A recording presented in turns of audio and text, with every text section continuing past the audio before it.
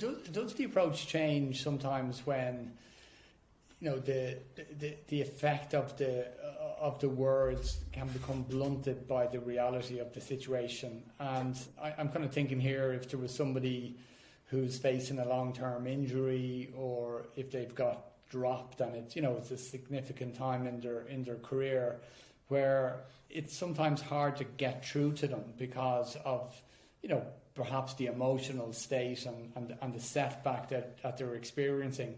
Is there a workaround there to try get a message through to people, even though that their mind and heart may be somewhere else and they're pretty low? Yeah, so words can become blunted and lose meaning, and a lot of time they become blunted and lose meaning because of how we, as the leaders, use them. If I use words disingenuinely, they'll blunt. They'll lose their meaning.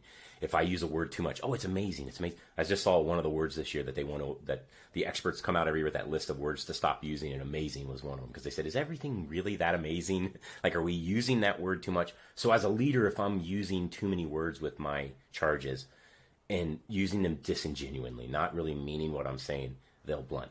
But if I've made I'm a big connection before correction person. If I've connected with my athletes, if I'm approaching my athletes with compassion and empathy to the point where we've made deep neural connections, not just human connections, but deep neural connections where our brains sync when I'm training with them, which happens, okay? Mm-hmm. Then the words I use actually carry that power. And even in those moments of trauma, those words matter, because those kids know one thing: they mean something to me. Yeah. They matter in my world, and they belong to something special.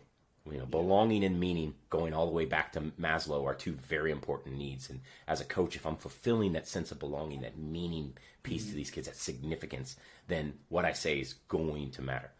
But having said that, one of the greatest tools we have as leaders is silence. It is such a powerful tool, and it's so misunderstood. Barack Obama, no matter what side of the coin you are on when it comes to American politics, Barack Obama was an orator at the height of his game because of one thing. He was so good at using the pause. So good at using that pause. He would say something, pause, capture the attention of everybody within range, and then say something with real power, and that pause brought power to it. Silence is a great educator.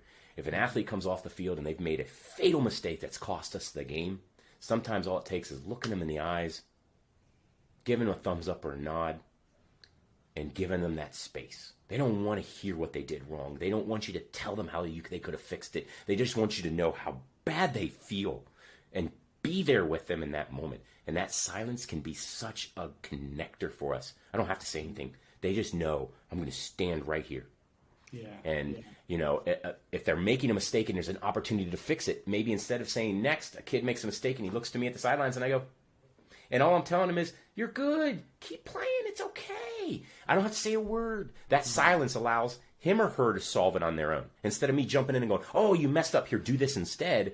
They make a mistake and I go, and they're going, okay, coach believes in me. I'm going to solve this. I'm going to fix it, because he always tells me he wants me to be a problem solver. So my silence was such a powerful word. So yeah, in those traumatic, I try to think of the times, the speeches I created and painstakingly practiced and crafted and pregame, and my players never remember those. They remember these quiet moments of one-on-one conversation where just one word that I didn't even think mattered in my vocabulary was the profound word that changed everything for them.